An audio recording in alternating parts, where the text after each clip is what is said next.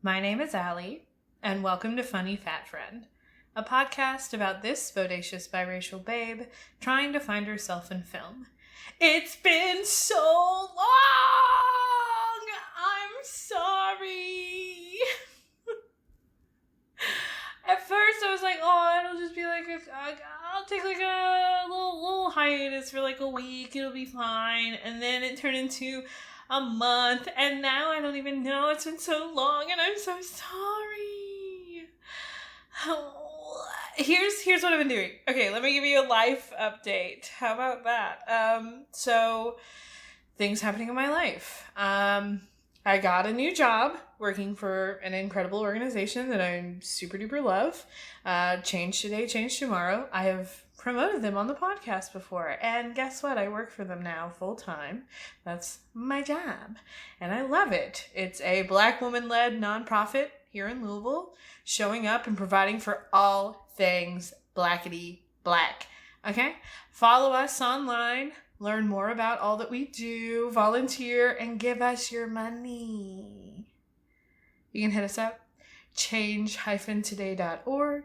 You can just message me about the organization if you have any questions. Want to get a bunch of people together to come volunteer?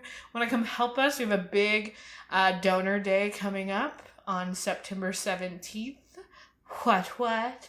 I'll be on local news channels talking about it. I'm famous. But yeah, big day. If you're going to give, do it on September 17th. It's the day your dollar goes the furthest to help us. But I'll talk about it again because I will be back talking about another movie before September 17th. I promise. I'm so sorry. Okay. What else has been happening? Ooh, I helped my best pal, Sean, move to Chicago. He has a podcast. You should check out his podcast. I've been on his podcast. It's very good, very intellectual, very, very smart, darlings. I don't know. Maybe should I do British accents? You know that I shouldn't. I know that I shouldn't, but here we are. So he has a podcast called Come and See. He talks about theater, plays. It's beautiful. I love it. You should love it also. Very well made. But sweet baby Sean is in Chicago now, being a full-ass playwright, living his bliss, doing what he is meant to be doing on this earth. I love him, but I helped him move, and that was time away from the podcast. I got to visit one of the great loves of my life and deep friend of the pod, Matt, who lives in Connecticut, is a hot ass professor. And we had a wonderful time. Thank you again for hosting me, Matt. It was an absolute blast. Y'all, we rode on a trolley at a trolley museum. And if you've ever ridden on a trolley, do it at a trolley museum. It was life-changing, except when the trolley came back around, and the bugs that had been around started flying in our faces, and that was gross. But the rest of it was absolutely lovely. It was very wholesome. I had a wonderful time. Okay, what else? Oh, I was supposed to go to LA to visit pals, but we're in a pandemic and it's very bad. So I canceled that. That was like as soon as the surge of the Delta variant started.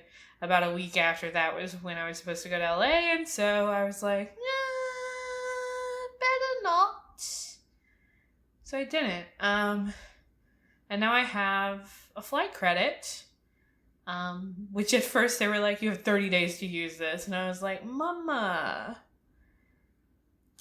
why are you going to do that? And then they were like, oh, we'll extend it because no one should be flying. Unless you have to, and you're very safe about it, and good for you if you do. But yeah, it was just for fun. So I was like, I cannot do this. So I didn't. Ta-da. If you have not gotten vaccinated, please.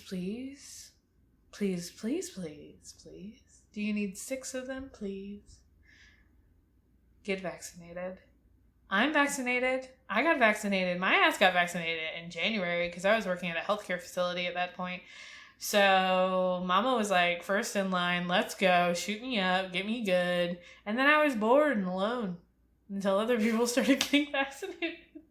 But it's the thing to do. The FDA now is like, do it to it with that Pfizer. Get that in your veins. If you cannot get it, talk to your healthcare provider, definitely. Talk to them. If you think you can't get it, talk to them. I'm not going to say whether you can or can't, but if you have no underlying health conditions that make you question it, get it. If you have any questions, get up on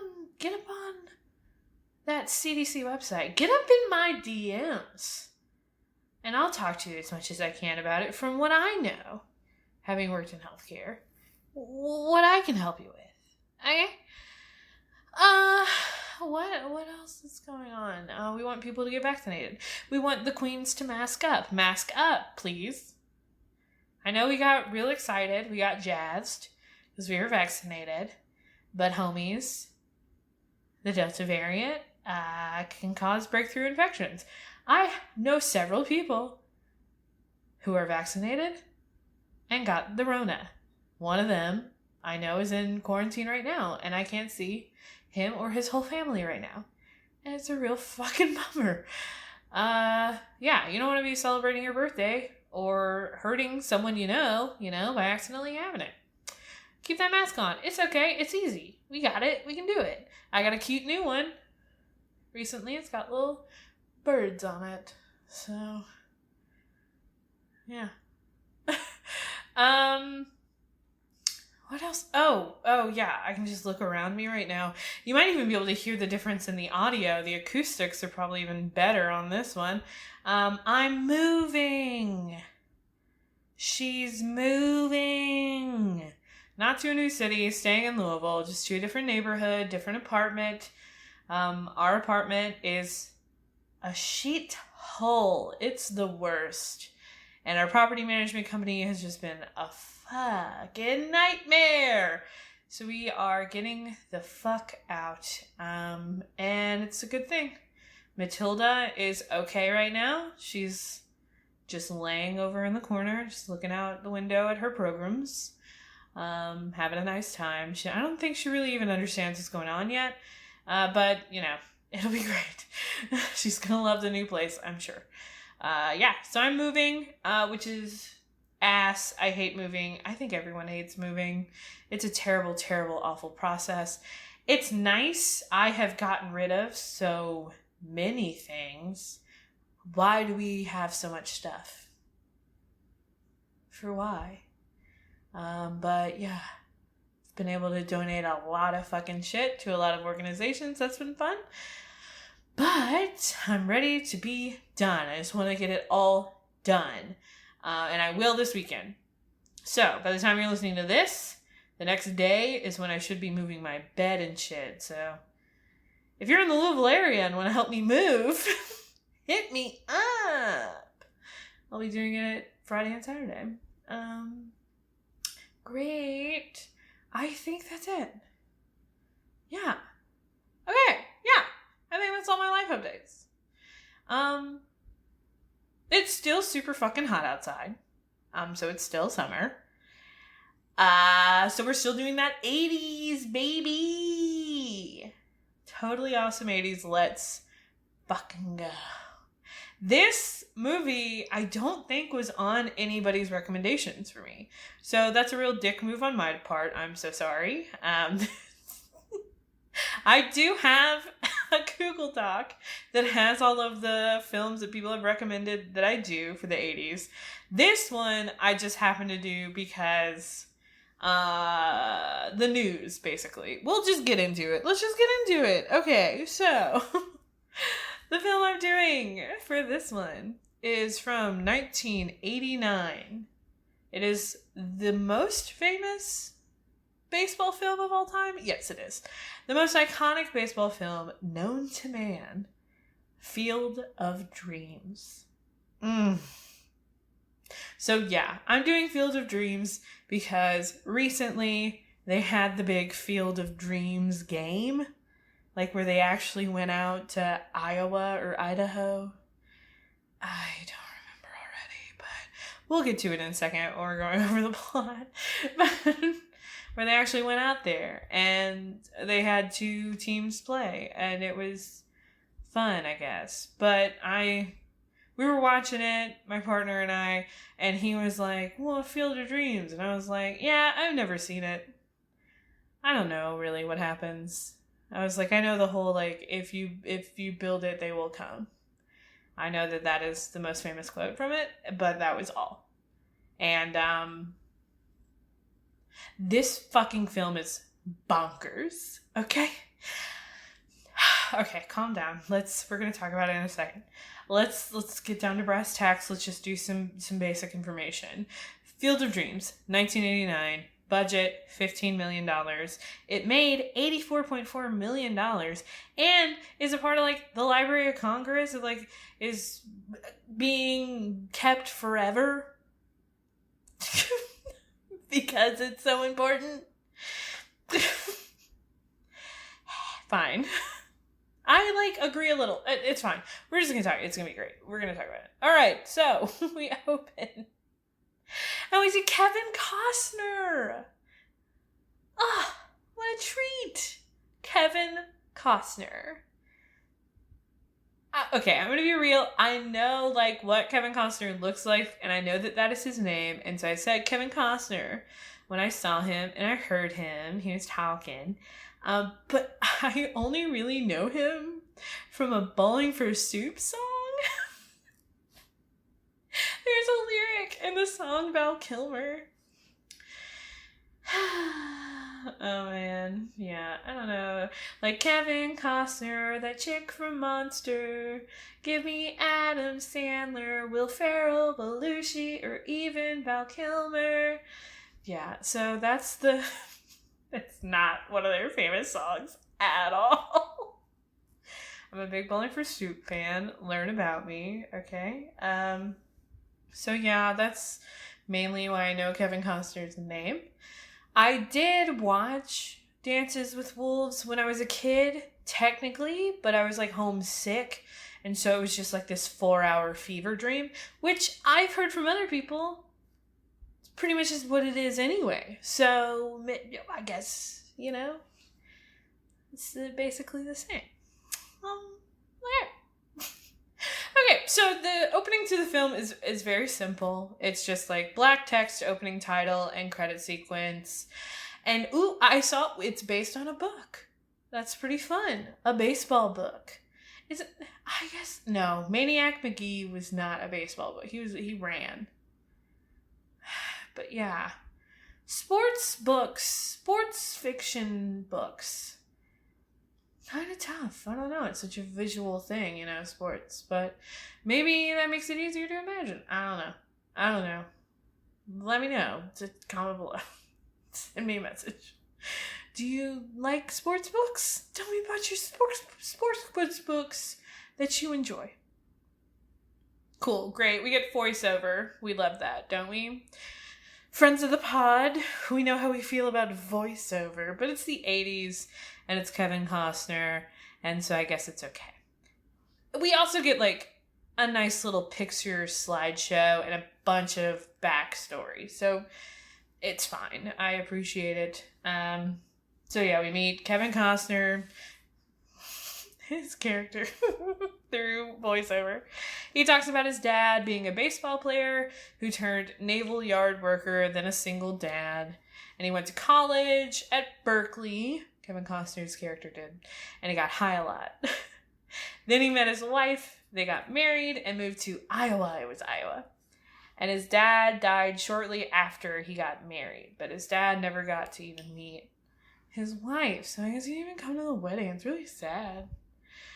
But he and his wife had a kid and bought a farm in Iowa. Kevin Costner's character's name is Ray Kinsella. We see him walking through his cornfield. It's very pretty. We immediately, though, hear the most famous line of the fucking movie in a whisper, just in the breeze, says, "If you build it, he will come." This is ASMR now. If you build it, he will come. It's terribly off-putting. I do not like it. And it really freaks out Ray, which is the only time in this film that someone acts rationally. Is the first time that Ray hears the voice say, if you build it, he will come. His wife and daughter don't hear it, right? They're also outside. And he's like, word, you don't hear that? Okay. So then it's nighttime all of a sudden. While they're sleeping, there's spooky lightning. And Ray wakes up and he hears the voice again. And he goes to the window and he's like, talking to the cornfield, I guess. And it's like, build what? And then his wife wakes up and asks what he's doing. And he's like, nothing. I'm just talking to the cornfield. Everyone deals with ridiculousness so well. It's like Rob Dyrdek. And it's MTV2 up in this piece. Field of Dreams people in this universe. Everybody's just like, weird shit? Oh, word. Great. Next day, Ray takes his daughter to work, or to school. She goes to school, she doesn't go to work. Takes his daughter to school in the morning, and while he's running errands, he asks another farmer that he runs into if he has ever heard voices while he's like working out in the fields. If that's just like some weird common working on a farm phenomena. But everyone looks at him like he's fucking bonkers. So I guess everyone else is rational. It's just like his family and the people he interacts with are not. So everybody looks at him like he is just like full lost it. It's like had a sunstroke, you know? Back at the cornfield, we get some spooky music. And we hear the voice again. And Ray snaps. And he like looks out in the field, all wild. And he sees a ghost baseball field fade in and out. And then fucking Ray Liotta's face shows up.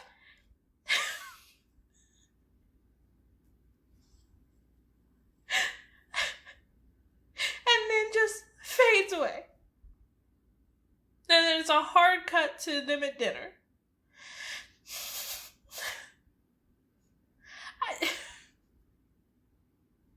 This film doesn't give you any time to digest anything going on. It all is just like, roll with it, let's go, we got shit to do, come on. Like, they're just throwing all this shit at you. It's it's great, okay? So then they're at dinner. It's dinner time now, and we're not gonna deal with the Ray Liotta's face over a ghost field, over corn. We're just eating dinner now.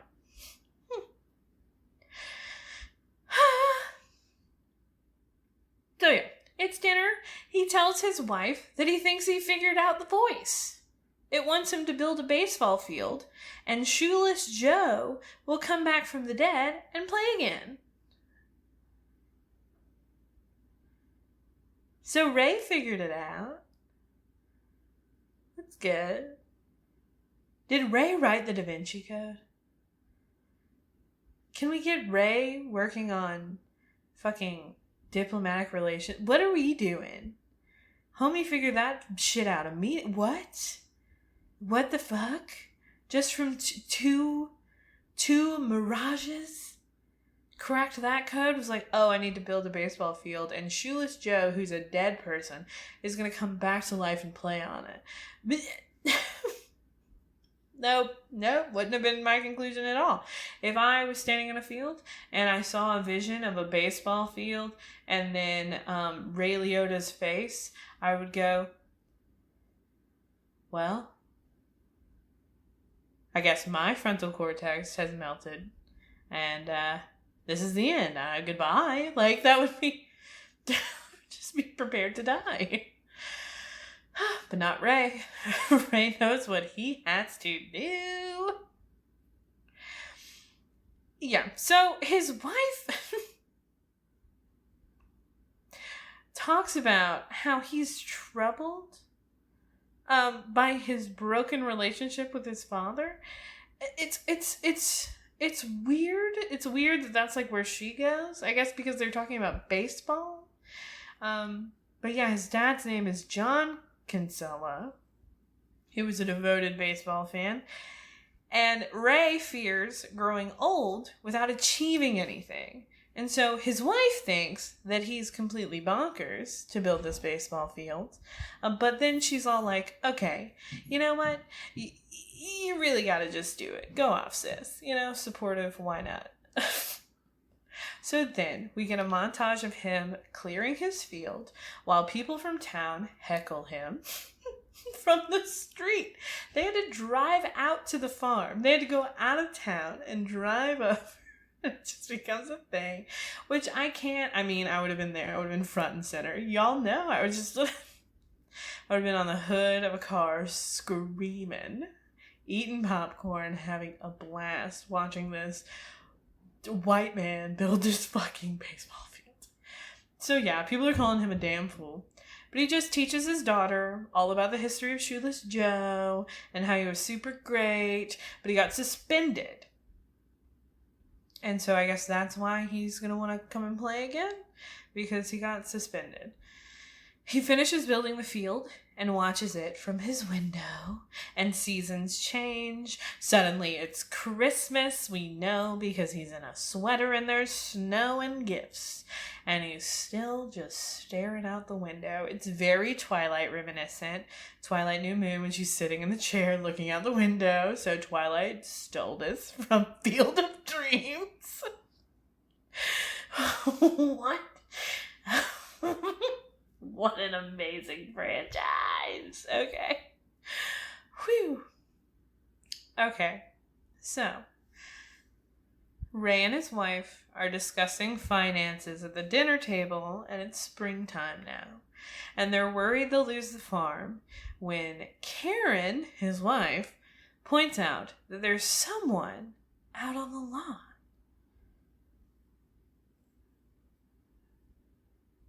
Fucking gasp. It's a fucking ghost-ass baseball player, and no one in this scene reacts correctly. Ray just goes outside, and his wife puts on a pot of coffee, and the ghost is reacting correctly. He seems pretty shook by the whole place, but then just suddenly knowingly nods at Ray, who gets a ball and a bat and just fucking hits it to him, but he's ass at it the first time. And then but then he knocks a few to him. And Shoeless Joe just catches them, then comes up and they exchange names, finally. Joe goes and dramatically holds a bat and gives a monologue comparing losing his job to losing his leg in a war. He compares no longer being allowed to play Major League Baseball to losing his leg in a war.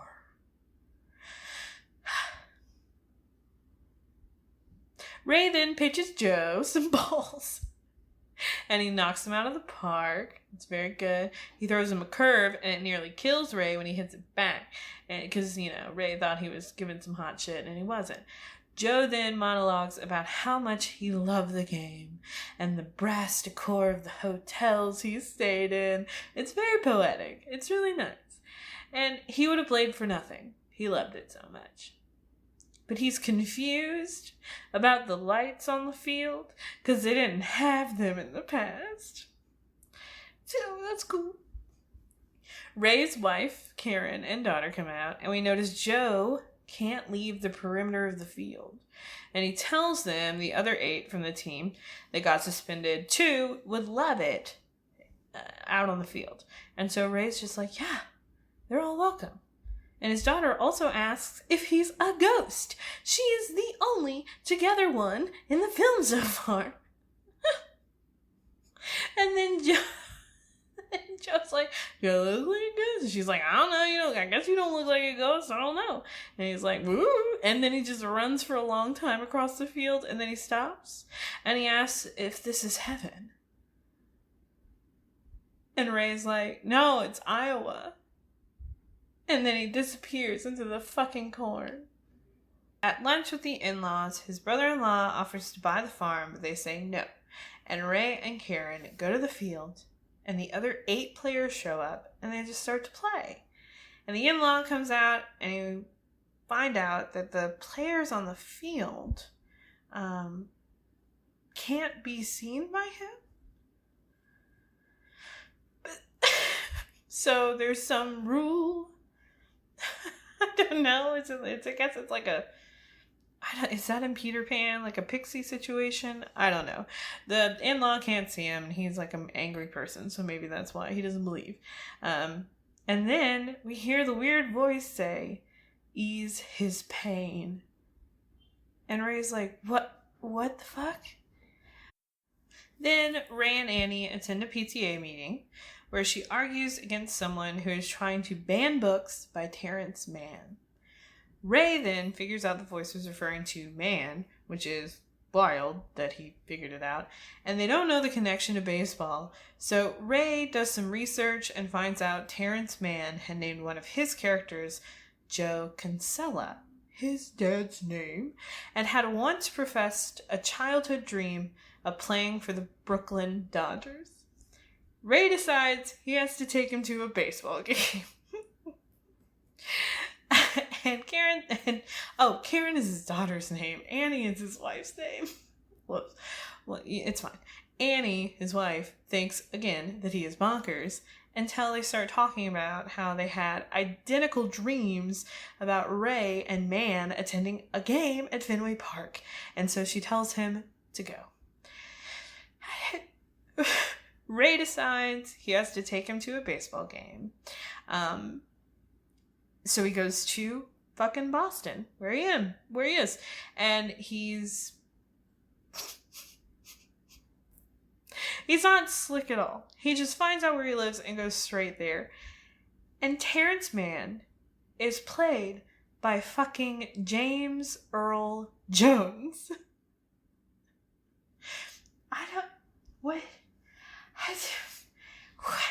What's happening? So much. I can't question. There's too much, We just have to keep pushing. We just gotta make it. We just have to make it. Anyway, so Ray shows up at Terrence Mann's house, and he's just like angry. He's just like an angry guy. He seems to especially not like Ray because he hates the 60s lifestyle of peace, love, and dope. Ray gets desperate and pretends to have a gun that he pulls on Mann, but he straight up just almost beats him to death with a crowbar. But it's okay. Mann is a pacifist, so he doesn't do it. Ray pleads for him to go with him to a game that night, and seemingly just to get rid of Ray, Mann agrees to attend the game. Mann talks about how he left the civil rights movement because great leaders were murdered and there wasn't great change, and so he gave up. Fucking relatable, but we gotta keep it going. In the stands, Ray hears the voice again, and it says, "Go the distance." Then on the scoreboard, it says, "Archie Moonlight Graham," and he writes it down. Mann says that he didn't see anything, and Ray apologizes for wasting his time and takes him home. Mann compliments his passion. They say goodbye, but then Mann stands in front of his car and says, "Moonlight Graham," who played in one game for the New York Giants in 1922, but never got to bat. And so Mann also admits to hearing the voice and says that they have to go get Moonlight Graham and set out on the road together. I guess it's it's on the road, but it's baseball. They drive to Minnesota, and while Ray is telling Annie that they are going on a trip, we see that she is having a meeting with her brother, seemingly selling the farm. Ray and Mann get to Minnesota and learn that Graham, who is a physician, had died years ago. They don't get why they've had to come here. And they just talk to people about Graham, who seemed to be really happy and lived a good life. And while they're just hanging out in the hotel together. Man sees in the newspaper that his father has reported him missing, and so he has to call him. And Ray goes on a walk. And while he's taking a walk through the town, we see some old ass shit start appearing on the street. Like there's like a Nixon re-election poster, and The Godfather is playing at the theater. And Ray just realizes that he is now in 1972, which just doesn't seem to fucking faze him, because why would it at this point? He sees Graham, and he goes up to him on the street. It's like old man Graham. Graham tells him about his baseball career and how he left the minors because he didn't get to play. That it was like watching his dreams pass him by. And Ray asks him if he had a wish, would it be to bat in the major leagues? And he's like, yeah. And Ray says he can take him. But Graham says he can't leave his town and that he has no regrets. Oh, it's nice. Back at the hotel, Ray tells Man about Graham and says he can't leave his town and has no regrets. And he has to call Annie back. So he calls Annie back. She tells him that the bank sold the collection on their loan to that Mark man, which I guess is her brother. And if they don't sell them the farm, they'll foreclose on them. So during the drive back to Iowa, Ray picks up a hitchhiker who says he's looking for a baseball team to join. His name is Archie Graham, which seems like a coincidence, right? It's not. There's no subtlety in this whole thing. While Archie is asleep, Ray tells Man about his dad doing the same when he was young, that his father dreamed of being a baseball player, then tried to make him pick up the sport instead. When he was a teen, after reading one of Man's books, Ray stopped playing catch with his father, and then they became estranged after he mocked his dad for having dumb, bad baseball player heroes. Ray then admits that his greatest regret is that his father died before they could reconcile. Well, so they get back to the farm in Iowa, and Shoeless Joe lets him know that they invited another team to play with them. Then we see various all-star players on the field, which I can't name any of them. I don't know who any of them are, but I'm told that there are various all-star players. And then they invite Archie to play with them. During the game, Graham finally gets his turn at bat. And he doesn't do too great at first, but he does finally connect one, and he helps his team. And then Annie, Ray, and Man do the wave in the stands. It is very wholesome. But of course, the next day, Mark shows up and is a real big bitch to them. But then Karen tells her parents that people will come and they will buy tickets. They don't need to be worrying about money because they're going to be fine. So we just have I don't want to say a touched child, but I did. I said it. A prophetic child who just knows. And then Man also says that people will come and they won't know why, and they'll just watch the game like they were kids. It'll be as if they dipped themselves in magic waters. And the one constant in America is baseball. Holy fuck. Mark is like, the fuck are you all talking about? Y'all are gonna get evicted if you don't sell and can't pay. And Ray looks out over the field and the players, and he decides not to sign the farm over. So Ray and Mark start to full on fucking fight in the stands, and they knock little Karen off of the bleachers, and the girl is fucking dead. She looks dead on the ground. It's awful. And Graham comes off the field, and he turns into old man Dr. Graham that we met out on the street, and he saves her. He just pats her on the back, and she chokes up part of a hot dog. Whew. But now he can't return to being young, I guess, because he stepped off the field. It doesn't make any sense.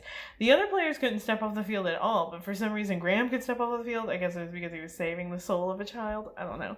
But now he's old, but he had to be old to do that? I don't know. It's fine. Everything's fine. It's their ghosts, and it's fine. And so he's like, it's okay. You know, I have no regrets now. And he's commended by the other players, and then he disappears into the cornfield. Suddenly, Mark can now see the players. I guess he had to watch his niece almost die in order to see them, but he can now see them, and he urges Ray, too, to also keep the farm. Shoeless Joe then invites Man to enter the corn at the end of the game, which absolutely sets Ray the fuck off, because he wants to see what's in the corn, but he isn't allowed to see what's in the corn. Man has to calm him down, and he's like, it's okay, you know, I'm going to write about it. I'm going to write about the field, and it's going to be great. And then he disappears into the corn, and he gives a very delightful laugh. Joe then creepily stares and smiles at Ray, then looks towards the catcher who's standing at home plate, and he says, if you build it, he will come. And when the catcher removes his mask, Ray recognizes him as his father as a young man. Ray realizes ease his pain referred to his own regrets. So Ray's father, John, comes up to him and introduces himself because he didn't even know Ray exists at this point because he's too young to have had him yet. And Ray introduces himself. Ray introduces him to his wife and daughter. They walk around and chat a little about how grateful John is for the place to play. And then John asks if this is heaven. And Ray says no, it's Iowa. Ray then asks if heaven exists.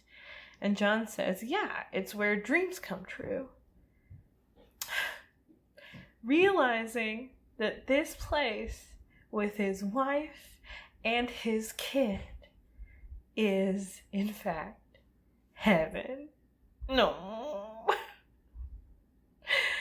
As John begins to head towards the cornfield, Ray finally calls him Dad and asks if he wants to have a catch. And John gladly accepts, and Annie turns on the stadium lights. And then it pans to the road, and we see hundreds of approaching lights coming to the field from cars, fulfilling the prophecy that people will come to watch baseball.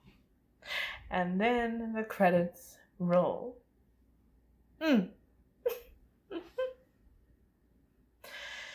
That's Field of Dreams. It has a 87% on Rotten Tomatoes, Letterboxd 3.5. I was surprised. I thought it would be higher, honestly, because people fucking gas it up all the time. It's so fucking iconic. It was nominated for 3 Academy Awards: Best Picture, Best Original Score, and Best Adapted Screenplay. In 2017, it was selected for preservation in the United States National Film Registry by the Library of Congress as culturally, historically, or aesthetically significant. Good for Field of Dreams. It's bonkers. That shit is so wild. Every second of it is so ridiculous. I don't know. I don't know. I don't get it. It was like I guess it was charming. Was it charming? I think I enjoyed it. I think I had a fine time. But I think I had a fine time because it was so wild. Everybody's just so calm the whole time about all this wild. They're ghosts. It's ghosts. It's a horror movie. This is a horror movie. It's a supernatural thriller. It's Field of Dreams. But sure, I don't know. Tell me your opinions of Field of Dreams. Do you have big opinions about it? Maybe you do. Let me know them. But yeah. yeah, so we're actively moving. So if you have heard things in the background, that's active people moving from the apartment, and that's, this is real life. So do I relate? No, I don't at all. I a little bit related to Terrence Mann. A little bit, I did, when he was talking about like being burnt out on working in civil rights because it seemed futile. But like, I don't know, but not really that much. I don't agree with, like, I understand, like, it's really difficult work, and it is, and I'm really tired all the time, but like, it's worth it. And so I haven't reached that point, and I don't think I will, and I hope I don't, and we can't. So, no. So again, back to no being my answer. Well, what a welcome back. What a welcome back. Well, thank you for still being here, even though it's been over a month. I appreciate it greatly. We have a new YouTube channel. We have a new YouTube video coming out the day after this episode should be coming out, I think. We'll see. I don't know. We are busy. We shot it, though, so maybe it'll be out tomorrow. And if it's not, it'll be out the next week. Don't hold me to it. Don't hold me to things. I appreciate you all. I love you all. If you didn't get to see my show, it's on Patreon. I'll put the link in. Minimum Patreon level or whatever is $5. So if you can afford $5, do it. If you can't, slide into my DMs and we'll work something out. Great. Again, thank you so much for being here. I love you. I hope you're doing well. I hope you're staying safe, getting vaccinated, wearing your mask, doing all the good things, going to therapy, being safe. Yeah. Cool. Well, still keep sending me suggestions. I promise I will maybe do them, even though I ignored everyone for this one, but it's okay. I will get back into it. Yeah, I love you. I have been your friendly neighborhood friend, Allie. And I would build a ghost portal for you any day. All right. I love y'all. Okay, bye.